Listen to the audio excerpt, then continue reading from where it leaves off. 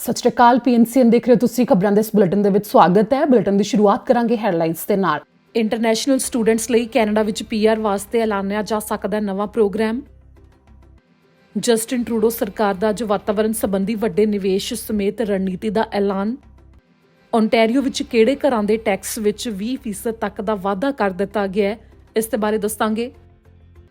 ਸਰੀ ਵਿੱਚ ਗੋਲੀ ਚੱਲਣ ਦੇ ਮਾਮਲੇ ਨਾਲ ਸੰਬੰਧੀ ਇੱਕ ਗੱਡੀ ਦੀ ਭਾਲ। ਪਹਾੜ ਤੋਂ ਬਰਫ਼ ਖਿਸਕਣ ਕਰਕੇ ਹਾਈਵੇ 1 ਦਾ ਕਿਹੜਾ ਹਿੱਸਾ ਬੰਦ ਹੋਇਆ, ਇਸ ਦੇ ਬਾਰੇ ਵੀ ਦੱਸਾਂਗੇ। ਬ੍ਰਿਟਿਸ਼ ਕੋਲੰਬੀਆ ਵਿੱਚ ਇੱਕ ਪਾਸੇ ਤਾਂ ICBC ਦੇ ਗ੍ਰਾਹਕਾਂ ਵਾਸਤੇ $110 ਤੱਕ ਦੀ ਰੀਬੇਟ ਦਾ ਐਲਾਨ ਕੀਤਾ ਗਿਆ ਤਾਂ ਨਾਲ ਹੀ ਸੰਬੰਧੀ ਸਕੈਮ ਵੀ ਸ਼ੁਰੂ ਹੋ ਗਿਆ। ਇਸ ਦੇ ਨਾਲ ਹੀ ਹੁਣ ਖਬਰਾਂ ਦੀ ਸ਼ੁਰੂਆਤ ਕਰਦੇ ਹਾਂ। ਕੈਨੇਡਾ ਦੇ ਇਮੀਗ੍ਰੇਸ਼ਨ ਮੰਤਰੀ ਸ਼ੌਨ ਫਰੇਜ਼ਰ ਨੇ ਇੱਕ ਸੰਸਥਾ ਨੂੰ ਦਿੱਤੀ ਗਈ ਇੰਟਰਵਿਊ ਦੇ ਵਿੱਚ ਸੰਕੇਤ ਦਿੱਤੇ ਨੇ ਕਿ ਇੰਟਰਨੈਸ਼ਨਲ ਸਟੂਡੈਂਟਸ ਦੇ ਵਾਸਤੇ PR ਦੇ ਲਈ ਇੱਕ ਪਾਥਵੇ ਆ ਸਕਦਾ ਹੈ। ਕਦੋਂ ਤੱਕ ਆਵੇਗਾ ਇਹ ਤਾਂ ਨਹੀਂ ਦੱਸਿਆ ਗਿਆ, ਪਰ ਇਸ ਦੇ ਉੱਤੇ ਕੰਮ ਜ਼ਰੂਰ ਕੀਤਾ ਜਾ ਰਿਹਾ ਹੈ। ਇਸ ਦੇ ਸੰਕੇਤ ਦਿੱਤੇ ਗਏ ਨੇ। ਪ੍ਰਧਾਨ ਮੰਤਰੀ ਜਸਟਿਨ ਟਰੂਡੋ ਨੇ ਜੋ ਟੀਚਾ ਦਿੱਤਾ ਸੀ ਆਪਣੀ ਕੈਬਨਿਟ ਨੂੰ ਕਿ ਵੱਖੋ ਵੱਖਰੇ ਮੰਤਰਾਲਿਆਂ ਵਿੱਚ ਉਹ ਕੀ ਉਮੀਦ ਰੱਖਦੇ ਨੇ ਕਿ ਜਿਹੜੇ ਟੀਚੇ ਪੂਰੇ ਕੀਤੇ ਜਾਣੇ ਜ਼ਰੂਰੀ ਨੇ, ਤਾਂ ਇਸੇ ਸੰਬੰਧੀ ਇਮੀਗ੍ਰੇਸ਼ਨ ਮੰਤਰੀ ਨੂੰ ਜੋ ਟੀਚਾ ਦਿੱਤਾ ਗਿਆ ਸੀ ਉਸ ਦੇ ਵਿੱਚ ਇਹ ਵੀ ਸ਼ਾਮਲ ਸੀ ਕਿ ਇੰਟਰਨੈਸ਼ਨਲ ਸਟੂਡੈਂਟਸ ਦੇ ਵਾਸਤੇ ਕੁਝ ਅਜਿਹਾ ਕੀਤਾ ਜਾਵੇ ਤਾਂ ਕਿ ਉਹਨਾਂ ਨੂੰ PR ਦੇ ਵਾਸਤੇ ਸੁਖਾਲਾ ਹੋ ਸਕੇ। ਤੇ ਇਸੇ ਨੂੰ ਲੈ ਕੇ ਇੱਕ ਪਾਥਵੇ ਯਾਨੀ ਕਿ ਇੱਕ ਪ੍ਰੋਗਰਾਮ ਲਿਆਂਦਾ ਜਾ ਸਕਦਾ ਹੈ। ਛੇਤੀ ਹੀ ਹੋ ਸਕਦਾ ਹੈ ਜਾਂ ਫਿਰ ਇਸ ਦੇ ਲਈ ਅੱਗੇ ਹੋਰ ਸਮਾਂ ਵੀ ਪੈ ਸਕਦਾ ਹੈ, ਪਰ ਇਸ ਦੇ ਸੰਕੇਤ ਇਮੀਗ੍ਰੇਸ਼ਨ ਮੰਤਰੀ ਸ਼ੌਨ ਫਰੇਜ਼ਰ ਦੇ ਵੱਲੋਂ ਦਿੱਤੇ ਗਏ ਨੇ ਕਿ ਅਜਿਹਾ ਕੋਈ ਪਾਥਵੇ ਲਿਆਂਦਾ ਜਾ ਸਕਦਾ ਹੈ। ਕਿਉਂਕਿ ਹੁਣ ਤੱਕ ਜੋ TR to PR ਪਾਥਵੇ ਵੀ ਕੱਢਿਆ ਗਿਆ ਸੀ, ਉਹ ਜੋ 6 ਮਈ 2021 ਨੂੰ ਇਹ ਪਾਥਵੇ ਲਿਆਂਦਾ ਗਿਆ ਸੀ, ਉਸ ਤੋਂ ਬਾਅਦ ਇਸ ਲਈ ਅਪਲਾਈ ਕੀਤਾ ਗਿਆ ਤੇ ਕੁਝ ਮਹੀਨੇ ਦੇ ਵਿੱਚ ਜੋ ਸਿਹਤ ਕਾਮਿਆਂ ਦੇ ਸਮੇਤ ਹੋਰਾਂ ਦੀਆਂ ਫਾਈਲਾਂ ਪੂਰੀਆਂ ਹੋਣ ਤੋਂ ਬਾਅਦ ਨਵੰਬਰ ਵਿੱਚ ਇਸ ਨੂੰ ਬੰਦ ਕਰ ਦਿੱਤਾ ਗਿਆ ਸੀ। ਇਸ ਦੇ ਵਿੱਚ ਇਹ ਵੀ ਸੀ ਕਿ ਵੱਖੋ ਵੱਖਰੇ ਵਰਕ ਪਰਮਿਟ ਦੇ ਉੱਤੇ ਸਨ ਜੋ ਵੀ ਅਪਲਾਈ ਕਰ ਸਕਦੇ ਸੀ, ਪਰ ਇਸ ਮੌਕੇ ਇੱਕ ਰਿਪੋਰਟ ਵੀ ਜਾਰੀ ਹੋਈ ਹੈ ਜਿਸ ਦੇ ਵਿੱਚ ਇਹ ਦਾਅਵਾ ਕੀਤਾ ਜਾ ਰਿਹਾ ਹੈ ਕਿ ਕੈਨੇਡਾ ਵਿੱਚ ਇਸ ਸਮੇਂ ਮਹਿੰਗਾਈ ਵੀ ਜੋ ਇੰਨੀ ਜ਼ਿਆਦਾ ਵੱਧ ਰਹੀ ਹੈ, ਤਾਂ ਉਸ ਤੋਂ ਬਾਅਦ ਇਹ ਪਾਇਆ ਜਾ ਰਿਹਾ ਹੈ ਕਿ ਕਈ ਵਿਦਿਆਰਥੀ ਜਿਹੜੇ ਕਿ ਕੈਨੇਡਾ ਵਿੱਚ ਪੜ੍ਹਨ ਤੋਂ ਬਾਅਦ ਵਾਪਸ ਜਾਣਾ ਪਸੰਦ ਕਰ ਰਹੇ ਨੇ, ਕਿ ਜੋ ਨੌਜਵਾਨ ਨੇ ਉਹ ਕੈਨੇਡਾ ਵਿੱਚ ਪੱਕੇ ਤੌਰ ਦੇ ਉੱਤੇ ਰਹਿਣਾ ਪਸੰਦ ਨਹੀਂ ਕਰ ਰਹੇ, ਕੁਝ ਫੀਸਦ ਜੋ ਇਸ ਰਿਪੋਰਟ ਦੇ ਵਿੱਚ ਦਾਅਵਾ ਕੀਤਾ ਗਿਆ ਹੈ। ਪਰ ਕੈਨੇਡਾ ਦੇ ਪ੍ਰਧਾਨ ਮੰਤਰੀ ਤੋਂ ਲੈ ਕੇ ਜੋ ਇਮੀਗ੍ਰੇਸ਼ਨ ਮੰਤਰੀ ਤੱਕ ਹੁਣ ਤੱਕ ਇਹ ਬਾਰ-ਬਾਰ ਦਾਅਵਾ ਵੀ ਕੀਤਾ ਜਾ ਰਿਹਾ ਹੈ ਤੇ ਉਹਨਾਂ ਦੇ ਵੱਲੋਂ ਕਿਹਾ ਜਾਂਦਾ ਹੈ ਕਿ ਕੋਸ਼ਿਸ਼ ਕਰਦੇ ਨੇ ਉਹ ਕਿ ਇੰਟਰਨੈਸ਼ਨਲ ਸਟੂਡੈਂਟ ਜੋ ਆਉਂਦੇ ਨੇ ਉਹ ਪੱਕੇ ਤੌਰ ਦੇ ਉੱਤੇ ਕੈਨੇਡਾ ਵਿੱਚ ਦੇ ਹੀ ਰਹਿਣ, ਕਿਉਂਕਿ ਕੈਨੇਡਾ ਵਿੱਚ ਜੋ ਵੱਡੇ ਪੱਧਰ ਦੇ ਉੱਤੇ ਆਬਾਦੀ ਹੈ ਉਹ ਬਜ਼ੁਰਗਾਂ ਦੀ ਜੋ ਕਿ ਰਿਟਾਇਰ ਵੀ ਹੋ ਰਹੇ ਨੇ, ਸੇਵਾ ਮੁਕਤ ਹੋ ਰਹੇ ਨੇ ਤੇ ਆਉਂਦੇ ਕਈ ਸਾਲਾਂ ਤੱਕ ਦੇ ਪਲਾਨ ਦੇ ਉੱਤੇ ਜੇਕਰ ਨਜ਼ਰ ਮਾਰੀ ਜਾਵੇ ਤਾਂ ਨੌਜਵਾਨਾਂ ਦੀ ਕੈਨੇਡਾ ਨੂੰ ਲੋੜ ਹੈ। ਤੇ ਜੋ ਇੰਟਰਨੈਸ਼ਨਲ ਵਿਦਿਆਰਥੀ ਆਉਂਦੇ ਨੇ ਉਹ ਵਿੱਤੀ ਪੱਧਰ ਦੇ ਉੱਤੇ ਮਜ਼ਬੂਤ ਹੁੰਦੇ ਨੇ ਤੇ ਇਸ ਦੇ ਨਾਲ ਹੀ ਉਹ ਜਿਵੇਂ ਪੜ੍ਹੇ ਲਿਖੇ ਹੁੰਦੇ ਨੇ। ਇਸ ਦੇ ਉੱਤੇ ਹੀ ਕੋਸ਼ਿਸ਼ ਕੀਤੀ ਜਾਂਦੀ ਹੈ ਕਿ ਇੰਟਰਨੈਸ਼ਨਲ ਸਟੂਡੈਂਟਸ ਨੂੰ ਮੌਕਾ ਮਿਲ ਸਕੇ ਕਿ ਪੱਕੇ ਤੌਰ ਦੇ ਉੱਤੇ ਇੱਥੇ ਉਹ ਰਹਿ ਸਕਣ। ਇਸੇ ਕਰਕੇ PR ਦੇ ਵਾਸਤੇ ਵੀ ਵੱਖੋ ਵੱਖਰੇ ਸੂਬੇ ਆਪੋ ਆਪਣੇ ਪੱਧਰ ਦੇ ਉੱਤੇ ਤੇ ਕੈਨੇਡਾ ਸਰਕਾਰ ਆਪੋ ਆਪਣੇ ਪੱਧਰ ਦੇ ਉੱਤੇ ਇੰਟਰਨੈਸ਼ਨਲ ਸਟੂਡੈਂਟਸ ਨੂੰ ਮੌਕਾ ਦਿੰਦੇ ਨੇ ਕਿ ਉਹ PR ਅਪਲਾਈ ਕਰ ਸਕਣ, ਪਰ ਇਸ ਦੇ ਵਾਸਤੇ ਇੱਕ ਪਾਥਵੇ ਵੀ ਛੇਤੀ ਆ ਸਕਦਾ ਹੈ। ਇਸ ਦੇ ਨਾਲ ਹੀ ਵਾਤਾਵਰਣ ਨੂੰ ਲੈ ਕੇ ਇੱਕ ਵੱਡਾ ਐਲਾਨ ਕੀਤਾ ਗਿਆ ਹੈ ਕੈਨੇਡਾ ਸਰਕਾਰ ਦੇ ਵੱਲੋਂ। ਇਸ ਦੇ ਬਾਰੇ ਹੁਣ ਤੁਹਾਨੂੰ ਦੱਸਾਂਗੇ। ਵਾਤਾਵਰਣ ਸੰਬੰਧੀ ਕੈਨੇਡਾ ਸਰਕਾਰ ਦੇ ਵੱਲੋਂ ਅੱਜ ਇੱਕ ਵੱਡਾ ਐਲਾਨ ਕੀਤਾ ਗਿਆ ਹੈ। ਕੈਨੇਡਾ ਦੇ ਵਾਤਾਵਰਣ ਮੰਤਰੀ ਨੇ ਉਸ ਰਣਨੀਤੀ ਨੂੰ ਜਨਤਕ ਕੀਤਾ ਜੋ ਕਿ ਕੈਨੇਡਾ ਸਰਕਾਰ ਦੇ ਵੱਲੋਂ ਕੰਮ ਕੀਤਾ ਜਾਵੇਗਾ ਕਿ ਸਾਲ 2030 ਤੱਕ ਗ੍ਰੀਨ ਹਾਊਸ ਗੈਸਾਂ ਦੇ ਨਿਕਲਣ ਨੂੰ 40 ਤੋਂ 45% ਤੱਕ ਘੱਟ ਕੀਤਾ ਜਾ ਸਕੇ, ਜਿਸ ਦੇ ਵਿੱਚ ਬਿਜਲੀ, ਤੇਲ, ਗੈਸ ਤੇ ਆਵਾਜਾਈ ਦੇ ਵੱਖੋ ਵੱਖਰੇ ਵਿਭਾਗਾਂ ਦੇ ਵਿੱਚ ਕੰਮ ਕੀਤਾ ਜਾਵੇਗਾ, ਜਿਸ ਦੇ ਬਾਰੇ ਫੈਡਰਲ ਸਰਕਾਰ ਦੇ ਵੱਲੋਂ ਨਵੇਂ ਨਿਵੇਸ਼ ਦਾ ਐਲਾਨ ਵੀ ਕੀਤਾ ਗਿਆ ਹੈ ਕਿ $9.1 ਬਿਲੀਅਨ ਤੱਕ ਦਾ ਨਿਵੇਸ਼ ਹੋਵੇਗਾ ਜੋ ਕਿ ਵੱਖੋ ਵੱਖਰੇ ਸੈਕਟਰਸ ਦੇ ਵਿੱਚ ਹੋਵੇਗਾ, ਜਿਸ ਦੇ ਵਿੱਚ ਖਾਸ ਤੌਰ ਦੇ ਉੱਤੇ ਉਹ ਸੈਕਟਰ ਸ਼ਾਮਲ ਨੇ ਜਿਸ ਤਹਿਤ ਅਜਿਹੇ ਵਾਹਨ ਤਿਆਰ ਕੀਤੇ ਜਾਣ ਜੋ ਕਿ ਬਿਜਲੀ ਨਾਲ ਚੱਲਣ ਵਾਲੇ ਹੋਣ, ਜਿਸ ਦੇ ਨਾਲ ਪ੍ਰਦੂਸ਼ਣ ਨਾ ਹੋਵੇ। ਇਸ ਦੇ ਨਾਲ ਹੀ ਕੈਨੇਡਾ ਵਿੱਚ ਬਿਜਲੀ ਦੀ ਪੈਦਾਵਾਰ ਵਾਸਤੇ ਅਜਿਹੇ ਗ੍ਰਿਡ ਲਗਾਏ ਜਾਣਗੇ ਤਾਂ ਕਿ ਬਿਜਲੀ ਦੀ ਪੈਦਾਵਾਰ ਦੌਰਾਨ ਪ੍ਰਦੂਸ਼ਣ ਨਾ ਹੋਵੇ, ਵਾਤਾਵਰਣ ਦੇ ਅਨੁਕੂਲ ਹੋਣ। ਇਸ ਦੇ ਨਾਲ ਹੀ ਵੈਨਕੂਵਰ ਵਿੱਚ ਪ੍ਰਧਾਨ ਮੰਤਰੀ ਜਸਟਿਨ ਟਰੂਡੋ ਦੇ ਵੱਲੋਂ ਜਦੋਂ ਇਸ ਮੌਕੇ ਜਾਣਕਾਰੀ ਵੀ ਦਿੱਤੀ ਜਾ ਰਹੀ ਸੀ ਤਾਂ ਨਾਲ ਹੀ ਉਹਨਾਂ ਨੇ ਕਿਹਾ ਕਿ ਕੈਨੇਡਾ ਸਰਕਾਰ ਦਾ ਇਹ ਸਭ ਤੋਂ ਮਜ਼ਬੂਤ ਕਦਮ ਹੈ ਹੁਣ ਤੱਕ ਦਾ ਵਾਤਾਵਰਣ ਦੇ ਲਈ ਚੁੱਕਿਆ ਜਾਣ ਵਾਲਾ, ਜਿਸ ਤੱਕ ਪਹੁੰਚਿਆ ਵੀ ਜਾ ਸਕਦਾ ਹੈ ਤੇ ਇਸ ਤੋਂ ਕਾਫੀ ਉਮੀਦ ਹੈ, ਜੋ ਕਿ 2030 ਐਮਿਸ਼ਨਸ ਰਿਡਕਸ਼ਨ ਪਲਾਨ ਇਹ ਟਾਈਟਲ ਹੈ ਜੋ ਕਿ ਐਲਾਨਿਆ ਗਿਆ ਹੈ। ਸਾਲ 2030 ਤੱਕ ਵਾਤਾਵਰਣ ਸੰਬੰਧੀ ਜੋ ਕੰਮ ਕੀਤੇ ਜਾਣੇ ਨੇ, ਜੋ ਅਗਲੇ ਕਦਮ ਚੁੱਕੇ ਜਾਣੇ ਨੇ, ਸਾਫ਼ ਹਵਾ ਤੇ ਮਜ਼ਬੂਤ ਆਰਥਿਕਤਾ, ਇਹ ਦੋਵੇਂ ਚੀਜ਼ਾਂ ਨੇ ਜਿਨ੍ਹਾਂ ਦਾ ਜ਼ਿਕਰ ਕੀਤਾ ਗਿਆ ਹੈ, ਜਿਸ ਦੇ ਨਾਲ ਵਾਤਾਵਰਣ ਦਾ ਵੀ ਫਾਇਦਾ ਕੀਤਾ ਜਾ ਸਕੇ ਤੇ ਨਾਲ ਹੀ ਆਰਥਿਕਤਾ ਨੂੰ ਵੀ ਹੋਰ ਮਜ਼ਬੂਤ ਕੀਤਾ ਜਾ ਸਕੇ, ਕਿਉਂਕਿ ਜੋ ਵਾਤਾਵਰਣ ਦੇ ਅਨੁਕੂਲ ਕੰਮ ਵੀ ਕੀਤਾ ਜਾਣਾ ਹੈ ਉਸ ਦੇ ਵਾਸਤੇ ਜਿਵੇਂ ਬਿਜਲੀ ਨਾਲ ਚੱਲਣ ਵਾਲੇ ਵਾਹਨ ਬਣਾਏ ਜਾ ਰਹੇ ਨੇ ਤਾਂ ਉਸ ਤੇ ਪਲਾਂਟ ਲਗਾਉਣ ਸੰਬੰਧੀ ਤਾਂ ਇਸ ਦੇ ਨਾਲ ਨੌਕਰੀਆਂ ਦੇ ਵਿੱਚ ਵੀ ਵਾਧਾ ਹੋਵੇਗਾ ਤਾਂ ਕੁਝ ਇਸ ਤਰ੍ਹਾਂ ਕੰਮ ਕਰਨ ਦੇ ਬਾਰੇ ਕਿਹਾ ਜਾ ਰਿਹਾ ਹੈ। ਤਾਂ ਦੂਜੇ ਪਾਸੇ ਤੁਹਾਨੂੰ ਦੱਸ ਦਈਏ ਕਿ 1 ਅਪ੍ਰੈਲ ਤੋਂ ਕੈਨੇਡਾ ਵਿੱਚ ਕਾਰਬਨ ਟੈਕਸ ਵੀ ਲੱਗਣ ਜਾ ਰਿਹਾ ਹੈ। ਅੱਗੇ ਜਾਣਕਾਰੀ ਕਿ ਹਾਈਵੇ 1 ਦੇ ਉੱਤੇ ਰੈਵਲਸਟੋਕ ਤੋਂ ਲੈ ਕੇ ਗੋਲਡਨ ਤੱਕ ਦਾ ਰਾਹ ਹੈ ਜੋ ਉਸ ਨੂੰ ਬੰਦ ਕਰ ਦਿੱਤਾ ਗਿਆ ਅੱਜ ਜਦੋਂ ਪਹਾੜ ਤੋਂ ਬਰਫ਼ ਖਿਸਕ ਗਈ, ਜਿਸ ਦੇ ਨਾਲ ਹਾਈਵੇ 1 ਪੂਰੀ ਤਰ੍ਹਾਂ ਬੰਦ ਹੋ ਗਿਆ ਸੀ। ਜੋ ਤਸਵੀਰਾਂ ਵੀ ਤੁਸੀਂ ਦੇਖ ਸਕਦੇ ਹੋ, ਇਹ ਸਾਂਝੀਆਂ ਕੀਤੀਆਂ ਗਈਆਂ ਨੇ ਅਧਿਕਾਰੀਆਂ ਦੇ ਵੱਲੋਂ। ਹਾਈਵੇ 1 ਦੇ ਉੱਤੇ ਪਹਾੜ ਤੋਂ ਬਰਫ਼ ਖਿਸਕਣ ਦੇ ਕਰਕੇ ਕਾਫੀ ਨੁਕਸਾਨ ਹੋਇਆ, ਜਿਸ ਦੇ ਬਾਰੇ ਹਜੇ ਅਪਡੇਟ ਆਉਣੀ ਬਾਕੀ ਹੈ। ਜੋ ਵੀ ਅਪਡੇਟ ਇਸ ਦੇ ਉੱਤੇ ਆਵੇਗੀ ਅਸੀਂ ਤੁਹਾਨੂੰ ਦੱਸਾਂਗੇ। ਅੱਗੇ ਖਬਰ ਕਿ ਮੈਨੀਟੋਬਾ ਆਰਸੀਐਮਪੀ ਕਈ ਸਾਲ ਤੋਂ ਇੱਕ ਮਾਮਲੇ ਦੇ ਉੱਤੇ ਜਾਂਚ ਕਰ ਰਹੀ ਸੀ, ਜਿਸ ਤੋਂ ਬਾਅਦ ਕਈ ਗ੍ਰਿਫਤਾਰੀਆਂ ਕੀਤੀਆਂ ਗਈਆਂ ਨੇ ਤੇ ਨਸ਼ਾ ਸਮੇਤ ਹਥਿਆਰ ਬਰਾਮਦ ਕੀਤੇ ਗਏ ਨੇ।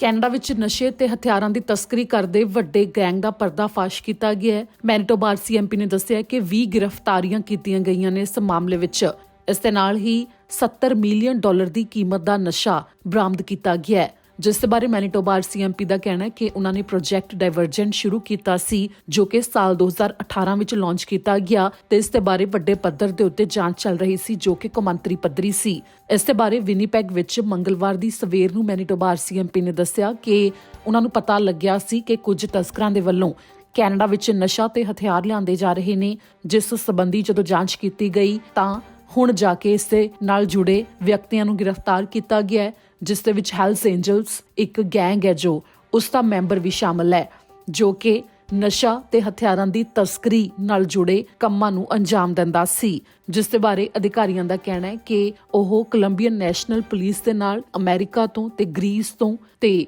ਹੋਰ ਵਿਭਾਗਾਂ ਦੇ ਨਾਲ ਮਿਲ ਕੇ ਕੰਮ ਕਰ ਰਹੇ ਸਨ, ਜਿਸ ਤੋਂ ਬਾਅਦ ਇਹ ਗ੍ਰਿਫਤਾਰੀਆਂ ਕੀਤੀਆਂ ਗਈਆਂ ਨੇ, ਜੋ ਕਿ ਵੱਖੋ ਵੱਖਰੀਆਂ ਅਜਿਹੀਆਂ ਸੰਸਥਾਵਾਂ ਨੇ 5 ਜਿਸ ਸੰਬੰਧੀ ਜਾਂਚ ਕੀਤੀ ਗਈ ਤੇ ਜਿਵੇਂ ਕਿ 20 ਗ੍ਰਿਫਤਾਰੀਆਂ ਕੀਤੀਆਂ ਗਈਆਂ ਤਾਂ ਉਹਨਾਂ ਵਿੱਚੋਂ 17 ਮੈਨੀਟੋਬਾ ਤੋਂ ਸਨ, ਜਿਸ ਦੇ ਵਿੱਚ ਡੇਮੀਅਨ ਰੈਨ ਵੀ ਸ਼ਾਮਲ ਹੈ, ਜੋ ਕਿ ਹੈਲਸ ਐਂਜਲਸ ਗੈਂਗ ਦਾ ਮੈਂਬਰ ਹੈ। ਜੋ ਇਹ ਬਰਾਮਦਗੀ ਹੋਈ ਹੈ ਉਸ ਦੇ ਵਿੱਚ ਜਿਵੇਂ ਕਿ ਪਹਿਲਾਂ ਵੀ ਦੱਸਿਆ ਗਿਆ ਕਿ $70 ਮਿਲੀਅਨ ਤੱਕ ਦਾ ਨਸ਼ਾ ਬਰਾਮਦ ਕੀਤਾ ਗਿਆ। ਉਸ ਦੇ ਵਿੱਚ 110 ਕਿਲੋ ਕੋਕੇਨ, 41.4 ਕਿਲੋ ਮੈਥਮਫੈਟਾਮਾਈਨ ਤੇ ਫੈਂਟਨਲ ਵੀ ਸ਼ਾਮਲ ਹੈ 3 ਕਿਲੋ ਦੇ ਨੇੜੇ। ਕੁਝ ਤਸਵੀਰਾਂ ਵੀ ਪੁਲਿਸ ਨੇ ਸਾਂਝੀਆਂ ਕੀਤੀਆਂ ਨੇ ਜੋ ਕਿ ਹਥਿਆਰ ਤੇ ਨਸ਼ਾ ਬਰਾਮਦ ਕੀਤੇ ਗਏ ਨੇ। ਹਜੇ ਵੀ 2 ਜਣਿਆਂ ਦੀ ਭਾਲ ਵੱਡੇ ਪੱਧਰ ਦੇ ਉੱਤੇ ਕੀਤੀ ਜਾ ਰਹੀ ਹੈ, ਜਿਨ੍ਹਾਂ ਵਿੱਚ ਇੱਕ ਤਾਂ ਵਿਨੀਪੈਗ ਦਾ ਰਹਿਣ ਵਾਲਾ 30 ਸਾਲਾ ਕੇਫਰ ਮਾਈਕਲ ਹੈ ਤੇ ਦੂਜਾ ਲੋਅਰ ਮੇਨਲੈਂਡ ਬ੍ਰਿਟਿਸ਼ ਕੋਲੰਬੀਆ ਦਾ ਰਹਿਣ ਵਾਲਾ 24 ਸਾਲਾ ਡੈਨਿਸ ਯੀਕੂ ਹੈ, ਜਿਨ੍ਹਾਂ ਦੀ ਭਾਲ ਹਜੇ ਵੀ ਕੀਤੀ ਜਾ ਰਹੀ ਹੈ।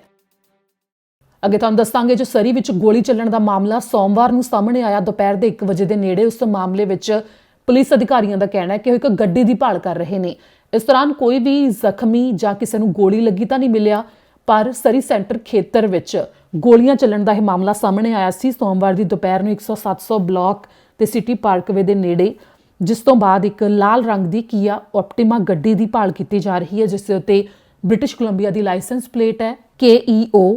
43M। ਜੇਕਰ ਇਸ ਦੇ ਬਾਰੇ ਕਿਸੇ ਨੂੰ ਵੀ ਕੁਝ ਪਤਾ ਹੋਵੇ ਤਾਂ ਤੁਰੰਤ 911 ਤੇ ਫੋਨ ਕੀਤਾ ਜਾਵੇ। ਉਸ ਗੱਡੀ ਚਲਾਉਣ ਵਾਲੇ ਨੂੰ ਸੰਪਰਕ ਕਰਨ ਦੀ ਕੋਸ਼ਿਸ਼ ਨਾ ਕੀਤੀ ਜਾਵੇ। ਇਸ ਦੇ ਬਾਰੇ ਪੁਲਿਸ ਅਧਿਕਾਰੀਆਂ ਦੇ ਵੱਲੋਂ ਚੇਤਾਵਨੀ ਦਿੱਤੀ ਗਈ ਹੈ ਤੇ ਜਾਣਕਾਰੀ ਸਾਂਝੀ ਕੀਤੀ ਗਈ ਹੈ। ਤਾਂ ਅੱਗੇ ਖਬਰ ਜਿਵੇਂ ਕਿ ਬ੍ਰਿਟਿਸ਼ ਕੋਲੰਬੀਆ ਦੇ ਵਿੱਚ ਰੀਬੇਟ ਦਾ ਐਲਾਨ ਕੀਤਾ ਗਿਆ ਕਿ ਜੋ ਗੈਸ ਮਹਿੰਗੀ ਹੋਈ ਉਸ ਦੇ ਕਰਕੇ ਡਰਾਈਵਰਾਂ ਨੂੰ ਕਾਫੀ ਜ਼ਿਆਦਾ ਜੋ ਪੈਸੇ ਖਰਚਣੇ ਪਏ ਨੇ, ਉਸ ਮੌਕੇ ਉਹਨਾਂ ਨੂੰ ਰਾਹਤ ਦਿੱਤੀ ਜਾ ਸਕੇ। ਤਾਂ ਬ੍ਰਿਟਿਸ਼ ਕੋਲੰਬੀਆ ਵਿੱਚ ਡਰਾਈਵਰ ICBC ਤੋਂ ਉਹਨਾਂ ਨੂੰ $110 ਤੱਕ ਰੀਬੇਟ ਮਿਲੇਗੀ। ਪਰ ਇਸ ਦੇ ਨਾਲ ਹੀ ਜਦੋਂ ਇਹ ਐਲਾਨ ਹੋਇਆ ਤਾਂ ਸਕੈਮ ਵੀ ਕਈ ਹੋਣੇ ਸ਼ੁਰੂ ਹੋ ਗਏ ਨੇ, ਜਿਸ ਦੇ ਵਿੱਚ ਬ੍ਰਿਟਿਸ਼ ਕੋਲੰਬੀਆ ਵਾਸੀ ਜਿਨ੍ਹਾਂ ਨੂੰ ਕੁਝ ਟੈਕਸਟ ਮੈਸੇਜ ਮਿਲ ਰਹੇ ਨੇ ਜਾਂ ਫੋਨ ਕਾਲ ਜਾਂ ਫਿਰ ਈਮੇਲ, ਜਿਸ ਦੇ ਵਿੱਚ ਉਹਨਾਂ ਨੂੰ ਸਕੈਮ ਦੇ ਸ਼ਿਕਾਰ ਬਣਾਇਆ ਜਾ ਰਿਹਾ ਹੈ ਕਿ ICBC ਦੇ ਵੱਲੋਂ ਇਹ ਰੀਬੇਟ ਦਿੱਤੀ ਜਾ ਰਹੀ ਹੈ $110 ਤੱਕ ਦੀ, ਜਿਸ ਨੂੰ ਲੈਣ ਦੇ ਵਾਸਤੇ ਇੱਕ ਲਿੰਕ ਦੇ ਉੱਤੇ ਕਲਿੱਕ ਕੀਤਾ ਜਾਵੇ। ਜਦੋਂ ਉਹ ਲਿੰਕ ਦੇ ਉੱਤੇ ਕਲਿੱਕ ਕਰਨਗੇ ਤਾਂ ਅੱਗੇ ਜਾਣਕਾਰੀ ਵੀ ਮੰਗੀ ਜਾ ਸਕਦੀ ਹੈ ਉਹਨਾਂ ਤੋਂ ਕੋਈ ਇਹ ਸਕੈਮ ਹੈ, ਕਿਉਂਕਿ ICBC ਦੇ ਵੱਲੋਂ ਜਦੋਂ ਰੀਬੇਟ ਦਿੱਤੀ ਜਾਣੀ ਹੈ ਤਾਂ ਇਸ ਵਾਸਤੇ ਕਿਸੇ ਲਿੰਕ ਦੇ ਉੱਤੇ ਕਲਿੱਕ ਕਰਨ ਦੇ ਲਈ ਨਹੀਂ ਕਿਹਾ ਜਾਵੇਗਾ, ਜਿਸ ਕਰਕੇ ਉਸ ਦੇ ਉੱਤੇ ਯਕੀਨ ਨਾ ਕੀਤਾ ਜਾਵੇ। ਇਸ ਦੇ ਲਈ ਅਧਿਕਾਰੀਆਂ ਦੇ ਵੱਲੋਂ ਲੋਕਾਂ ਨੂੰ ਸਾਵਧਾਨ ਰਹਿਣ ਦੇ ਵਾਸਤੇ ਕਿਹਾ ਗਿਆ ਹੈ। ਅੱਗੇ ਜਾਣਕਾਰੀ ਓਨਟਾਰੀਓ ਤੋਂ ਸਾਂਝੀ ਕਰਾਂਗੇ, ਤੁਹਾਨੂੰ ਦੱਸਾਂਗੇ ਕਿ ਆਖਿਰ ਕਿਹੜੇ ਘਰਾਂ ਦੇ ਉੱਤੇ 20% ਤੱਕ ਹੋਰ ਟੈਕਸ ਲਗਾ ਦਿੱਤਾ ਗਿਆ ਹੈ। ਕੈਨੇਡਾ ਭਰ ਵਿੱਚ ਜਿਵੇਂ ਕਿ ਘਰਾਂ ਦੇ ਰੇਟ ਇਸ ਸਮੇਂ ਸਿਖਰਾਂ ਤੇ ਨੇ, ਆਮ ਲੋਕਾਂ ਦੇ ਵਾਸਤੇ ਘਰ ਖਰੀਦਣਾ ਇੱਕ ਵੱਡੀ ਚੁਣੌਤੀ ਹੈ। ਤਾਂ ਨਾਲ ਹੀ ਵੱਖੋ-ਵੱਖਰੀਆਂ ਸੂਬਾ ਸਰਕਾਰਾਂ ਇਸ ਸੰਬੰਧੀ ਆਪੋ ਆਪਣੇ ਪੱਧਰ ਦੇ ਉੱਤੇ ਫੈਸਲੇ ਵੀ ਲੈ ਰਹੀਆਂ ਨੇ। ਓਨਟਾਰੀਓ ਵਿੱਚ ਇੱਕ ਪਾਸੇ ਚੋਣ ਪ੍ਰਚਾਰ ਸ਼ੁਰੂ ਹੋਣ ਵਾਲਾ ਹੈ ਤਾਂ ਨਾਲ ਹੀ ਉਸ ਤੋਂ ਐਨ ਪਹਿਲਾਂ ਓਨਟਾਰੀਓ ਸਰਕਾਰ ਨੇ ਇੱਕ ਐਲਾਨ ਕੀਤਾ ਹੈ। ਅਫੋਰਡੇਬਿਲਟੀ ਨਾਲ ਜੁੜਿਆ ਹੋਇਆ ਇਹ ਐਲਾਨ ਹੈ, ਜਿਸ ਦੇ ਵਿੱਚ ਕਿਹਾ ਗਿਆ ਹੈ ਕਿ ਜੋ ਪ੍ਰਵਾਸੀ ਘਰ ਖਰੀਦਦੇ ਨੇ ਸੂਬੇ ਵਿੱਚ, ਉਹਨਾਂ ਦੇ ਉੱਤੇ ਟੈਕਸ ਹੈ ਉਸ ਦੇ ਵਿੱਚ ਹੋਰ ਜ਼ਿਆਦਾ ਵਾਧਾ ਕੀਤਾ ਜਾਵੇਗਾ। ਕੱਲ ਤੋਂ ਹੀ ਸ਼ੁਰੂਆਤ ਹੋ ਰਹੀ ਹੈ। 15 ਤੋਂ 20% ਤੱਕ ਉਹਨਾਂ ਨੂੰ ਜ਼ਿਆਦਾ ਟੈਕਸ ਹੋਰ ਦੇਣਾ ਪਵੇਗਾ। ਇਸ ਤੋਂ ਪਹਿਲਾਂ ਦੱਖਣੀ ਓਨਟਾਰੀਓ ਦੇ ਵਿੱਚ ਹੀ ਇਹ ਲਾਗੂ ਸੀ, ਗ੍ਰੇਟਰ ਗੋਲਡਨ ਹਾਰਸ਼ੂ ਖੇਤਰ ਵਿੱਚ, ਪਰ ਇਸ ਨੂੰ ਹੁਣ ਸੂਬੇ ਭਰ ਵਿੱਚ ਅੱਗੇ ਵਧਾਇਆ ਜਾ ਰਿਹਾ ਹੈ ਕਿ ਜੋ ਵੱਡੀ ਗਿਣਤੀ ਪ੍ਰਵਾਸੀ ਕੈਨੇਡਾ ਵਿੱਚ ਆ ਕੇ ਨਿਵੇਸ਼ ਕਰਦੇ ਨੇ, ਘਰ ਖਰੀਦਦੇ ਨੇ, ਉਹਨਾਂ ਦੇ ਉੱਤੇ ਹੋਰ ਜ਼ਿਆਦਾ ਟੈਕਸ ਲੱਗੇਗਾ ਤੇ ਇਸ ਤੋਂ ਹੋਣ ਵਾਲੀ ਕਮਾਈ ਨੂੰ ਅੱਗੇ ਅਫੋਰਡੇਬਿਲਟੀ ਦੇ ਵਾਸਤੇ ਜੋ ਐਲਾਨ ਕੀਤੇ ਜਾਂਦੇ ਨੇ ਉਸ ਦੇ ਵਾਸਤੇ ਵਰਤਿਆ ਜਾਵੇਗਾ। ਜਿਵੇਂ ਕਿ ਇਸ ਸਮੇਂ ਆਮ ਪਰਿਵਾਰਾਂ ਦੇ ਵਾਸਤੇ ਕੈਨੇਡਾ ਵਿੱਚ ਘਰ ਲੈਣਾ ਇੱਕ ਵੱਡੀ ਚੁਣੌਤੀ ਹੈ। ਜੇਕਰ ਗ੍ਰੇਟਰ ਟੋਰਾਂਟੋ ਏਰੀਆ ਦੀ ਗੱਲ ਕਰੀਏ ਤਾਂ ਉੱਥੇ ਇੱਕ ਆਮ ਘਰ ਦਾ ਰੇਟ 1.3 ਮਿਲੀਅਨ ਡਾਲਰ ਤੋਂ ਵੀ ਪਾਰ ਹੋ ਗਿਆ, ਜੋ ਕਿ ਪਿਛਲੇ ਸਾਲ ਨਾਲੋਂ ਇਸ ਸਮੇਂ 28% ਤੱਕ ਦਾ ਵਾਧਾ ਦਰਜ ਕੀਤਾ ਗਿਆ ਹੈ ਤੇ ਇਹ ਰੇਟ ਲਗਾਤਾਰ ਵਧਦੇ ਹੀ ਜਾ ਰਹੇ ਨੇ। ਤਾਂ ਇਸ ਸੰਬੰਧੀ ਓਨਟਾਰੀਓ ਸਰਕਾਰ ਦਾ ਦਾਅਵਾ ਹੈ ਕਿ ਜਿਹੜੇ ਬਾਹਰਲੇ ਮੁਲਕਾਂ ਤੋਂ ਆ ਕੇ ਨਿਵੇਸ਼ ਕਰਦੇ ਨੇ, ਇੱਥੇ ਘਰ ਖਰੀਦਦੇ ਨੇ, ਉਹਨਾਂ ਦੇ ਉੱਤੇ ਹੋਰ ਜ਼ਿਆਦਾ ਟੈਕਸ ਲਗਾਉਣਾ ਤੇ ਉਸ ਤੋਂ ਹੋਣ ਵਾਲੀ ਕਮਾਈ ਨੂੰ ਸੂਬੇ ਵਿੱਚ ਅਫੋਰਡੇਬਿਲਟੀ ਨਾਲ ਸੰਬੰਧਿਤ ਮਾਮਲਿਆਂ ਦੇ ਉੱਤੇ ਵਰਤਣਾ ਇਹ ਟੀਚਾ ਹੋਵੇਗਾ। ਜਿਵੇਂ ਕਿ ਇੱਥੇ ਦੱਸਿਆ ਗਿਆ ਕਿ ਜਿਹੜੇ ਬਾਹਰਲੇ ਮੁਲਕਾਂ ਤੋਂ ਕੈਨੇਡਾ ਵਿੱਚ ਆ ਕੇ ਨਿਵੇਸ਼ ਕਰਦੇ ਨੇ, ਘਰ ਖਰੀਦਦੇ ਨੇ ਤੇ ਉਹ ਕੈਨੇਡਾ ਵਿੱਚ PR ਜਾਂ ਸਿਟੀਜ਼ਨ ਨਹੀਂ ਨੇ, ਜਿਸ ਕਰਕੇ ਉਹਨਾਂ ਨੂੰ ਹੋਰ ਜ਼ਿਆਦਾ ਹੁਣ ਟੈਕਸ ਦੇਣਾ ਪਵੇਗਾ ਓਨਟਾਰੀਓ ਵਿੱਚ ਜੇਕਰ ਉਹ ਘਰ ਖਰੀਦਦੇ ਨੇ, ਜਿਸ ਦੇ ਬਾਰੇ ਜਾਣਕਾਰੀ ਸਾਂਝੀ ਕੀਤੀ ਗਈ ਹੈ ਤੇ ਇਹ ਕੱਲ ਤੋਂ ਹੀ ਲਾਗੂ ਹੋ ਰਿਹਾ ਹੈ। ਹੁਣ ਰੁਕ ਅਗਲੀ ਖਬਰ ਦੇ ਵੱਲ ਕਰਾਂਗੇ। ਅੱਗੇ ਖਬਰ ਹੈ ਕਿ ਬ੍ਰਿਟਿਸ਼ ਕੋਲੰਬੀਆ ਦੇ ਵਿੱਚ ਪਹਿਲਾ ਉਹ ਸੈਂਸਰ ਲਗਾ ਦਿੱਤਾ ਗਿਆ ਜੋ ਕਿ ਭੂਚਾਲ ਦੇ ਆਉਣ ਤੋਂ ਪਹਿਲਾਂ ਹੀ ਸਾਵਧਾਨ ਕਰ ਦੇਵੇਗਾ। ਭੂਚਾਲ ਜਾਂ ਸਮੁੰਦਰ ਦੀਆਂ ਉੱਚੀਆਂ ਲਹਿਰਾਂ ਦੇ ਬਾਰੇ ਪਹਿਲਾਂ ਤੋਂ ਪਤਾ ਲੱਗ ਸਕੇ, ਲੋਕਾਂ ਨੂੰ ਚੇਤਾਵਨੀ ਦਿੱਤੀ ਜਾ ਸਕੇ, ਇਸ ਸੰਬੰਧੀ ਸੈਂਸਰ ਲਗਾਏ ਜਾ ਰਹੇ ਨੇ। ਕੈਨੇਡਾ ਦੇ ਵਿੱਚ ਪਹਿਲਾ ਅਜਿਹਾ ਸੈਂਸਰ ਲਗਾ ਦਿੱਤਾ ਗਿਆ ਜੋ ਕਿ ਬ੍ਰਿਟਿਸ਼ ਕੋਲੰਬੀਆ 'ਚ ਲਗਾਇਆ ਗਿਆ ਹੈ। ਵੈਸਟ ਵੈਨਕੂਵਰ ਦੇ ਹਾਰਸ਼ੂ ਬੇ ਦੇ ਵਿੱਚ BC ਫੇਰੀਜ਼ ਦੇ ਨਾਲ ਮਿਲ ਕੇ ਸੋਮਵਾਰ ਨੂੰ ਇਹ ਸੈਂਸਰ ਲਗਾਇਆ ਗਿਆ, ਜਿਸ ਦੇ ਬਾਰੇ ਅਧਿਕਾਰੀਆਂ ਨੇ ਜਾਣਕਾਰੀ ਸਾਂਝੀ ਕੀਤੀ। ਅਜਿਹੇ 400 ਸੈਂਸਰ ਲਗਾਏ ਜਾ ਰਹੇ ਨੇ, ਜਿਸ ਦੇ ਨਾਲ ਪਹਿਲਾਂ ਤੋਂ ਪਤਾ ਲੱਗ ਸਕੇਗਾ ਕਿ ਭੂਚਾਲ ਆ ਰਿਹਾ ਹੈ ਤੇ ਭੂਚਾਲ ਦੇ ਕਰਕੇ ਸਮੁੰਦਰ ਦੀਆਂ ਲਹਿਰਾਂ ਕਾਫੀ ਉੱਚੀਆਂ ਉੱਠ ਸਕਦੀਆਂ ਨੇ, ਜੋ ਕਿ ਨੁਕਸਾਨਦਾਇਕ ਵੀ ਹੋ ਸਕਦੀਆਂ ਨੇ। ਦਰਅਸਲ ਹੁਣ ਬ੍ਰਿਟਿਸ਼ ਕੋਲੰਬੀਆ ਦੇ ਵਿੱਚ ਕੁਦਰਤੀ ਆਫਤਾਂ ਵੀ ਆਈਆਂ ਨੇ, ਤਾਂ ਉਸ ਮੌਕੇ ਜੋ ਤੇਜ਼ ਤੂਫਾਨ ਵੀ ਆਇਆ, ਉਸ ਦੌਰਾਨ ਵੀ ਜਿਵੇਂ ਕਿ ਸੀ ਵਾਲ ਦਾ ਵੀ ਨੁਕਸਾਨ ਹੋਇਆ ਸੀ ਵੈਨਕੂਵਰ ਦੇ ਵਿੱਚ, ਜੋ ਸਮੁੰਦਰ ਦੀਆਂ ਉੱਚੀਆਂ ਲਹਿਰਾਂ ਲਗਾਤਾਰ ਉੱਠ ਰਹੀਆਂ ਸਨ ਤੇ ਇਸ ਨਾਲ ਜੁੜੇ ਭਵਿੱਖ ਵਿੱਚ ਕੋਈ ਉੱਚੀਆਂ ਲਹਿਰਾਂ ਸਮੁੰਦਰ ਦੀਆਂ ਆਉਂਦੀਆਂ ਨੇ ਤੇ ਜੋ ਕਿ ਭੂਚਾਲ ਦੇ ਕਰਕੇ ਆ ਰਹੀਆਂ ਹੋਣ, ਜੇਕਰ ਉਸ ਤੋਂ ਪਹਿਲਾਂ ਹੀ ਪਤਾ ਲੱਗ ਜਾਵੇਗਾ, ਜਿਸ ਲਈ ਇਹ ਸੈਂਸਰ ਲਗਾਏ ਜਾ ਰਹੇ ਨੇ ਜੋ ਕਿ ਕੈਨੇਡਾ ਭਰ ਵਿੱਚ ਲਗਾਏ ਜਾਣੇ ਨੇ। ਤੇ ਇਸੇ ਨਾਲ ਜੁੜੇ ਇੱਕ ਅਧਿਕਾਰੀ ਐਲਿਸਨ ਬਰਡ ਨੇ ਇਸ ਦੇ ਬਾਰੇ ਪੂਰੀ ਜਾਣਕਾਰੀ ਦਿੱਤੀ ਹੈ, ਜਿਸ ਦੇ ਵਿੱਚ ਉਹਨਾਂ ਨੇ ਕਿਹਾ ਕਿ ਪਹਿਲਾਂ ਤਾਂ ਇਹ ਹੋਵੇਗਾ ਕਿ ਜੋ ਸ਼ੁਰੂਆਤ ਦੇ ਵਿੱਚ ਹੀ ਚੇਤਾਵਨੀ ਦਿੱਤੀ ਜਾਵੇਗੀ, ਉਸ ਤੋਂ ਬਾਅਦ ਜੇਕਰ ਦੂਜੀ ਚੇਤਾਵਨੀ ਦਿੱਤੀ ਜਾਣੀ ਹੈ ਉਸ ਦੇ ਉੱਤੇ ਨਿਰਭਰ ਕਰੇਗੀ ਕਿ ਜੇਕਰ ਕਾਫੀ ਜ਼ਿਆਦਾ ਨੁਕਸਾਨਦਾਇਕ ਲਹਿਰਾਂ ਸਮੁੰਦਰ ਦੇ ਵਿੱਚੋਂ ਉੱਠ ਸਕਦੀਆਂ ਨੇ, ਜੋ ਕਿ ਇਹ ਸੈਂਸਰ ਕੁਝ ਇਸ ਤਰ੍ਹਾਂ ਕੰਮ ਕਰੇਗਾ ਕਿ ਪਹਿਲਾਂ ਹੀ ਇਸ ਦੇ ਨਾਲ ਪਤਾ ਲੱਗ ਸਕੇਗਾ ਕਿ ਭੂਚਾਲ ਆ ਰਿਹਾ ਹੈ, ਜਿਸ ਦੇ ਬਾਰੇ ਅਧਿਕਾਰੀਆਂ ਦੇ ਵੱਲੋਂ ਲਗਾਤਾਰ ਜਾਣਕਾਰੀ ਸਾਂਝੀ ਕੀਤੀ ਵੀ ਜਾ ਰਹੀ ਹੈ। ਤੇ ਨਾਲ ਦੀ ਨਾਲ ਜਿਹੜੇ ਵੀ ਲੋਕ ਇਸ ਨਾਲ ਪ੍ਰਭਾਵਿਤ ਹੋਣਗੇ ਤੇ ਜਿਨ੍ਹਾਂ ਨੂੰ ਇਸ ਨਾਲ ਫਾਇਦਾ ਹੋਵੇਗਾ, ਉਹਨਾਂ ਨੂੰ ਇਸ ਦੇ ਬਾਰੇ ਜਾਣਕਾਰੀ ਦਿੱਤੀ ਜਾਵੇਗੀ, ਜਿਸ ਦੇ ਵਿੱਚ ਇਹ ਵੀ ਦੱਸਿਆ ਗਿਆ ਹੈ ਕਿ ਜੋ ਹੋਰ ਬਾਕੀ ਸੈਂਸਰ ਨੇ ਜਦੋਂ ਉਹ ਵੀ ਲੱਗ ਜਾਣਗੇ ਤੇ ਉਸ ਤੋਂ ਬਾਅਦ ਅਰਥਕੁਇਕ ਅਲਰਟ ਸਿਸਟਮ ਪੂਰੀ ਤਰ੍ਹਾਂ ਜਦੋਂ ਚੱਲੇਗਾ, ਉਹ ਸਾਲ 2024 ਤੱਕ ਇਸ ਦੇ ਉੱਤੇ ਪੂਰਾ ਕੰਮ ਹੋਣਾ ਸ਼ੁਰੂ ਹੋ ਜਾਵੇਗਾ।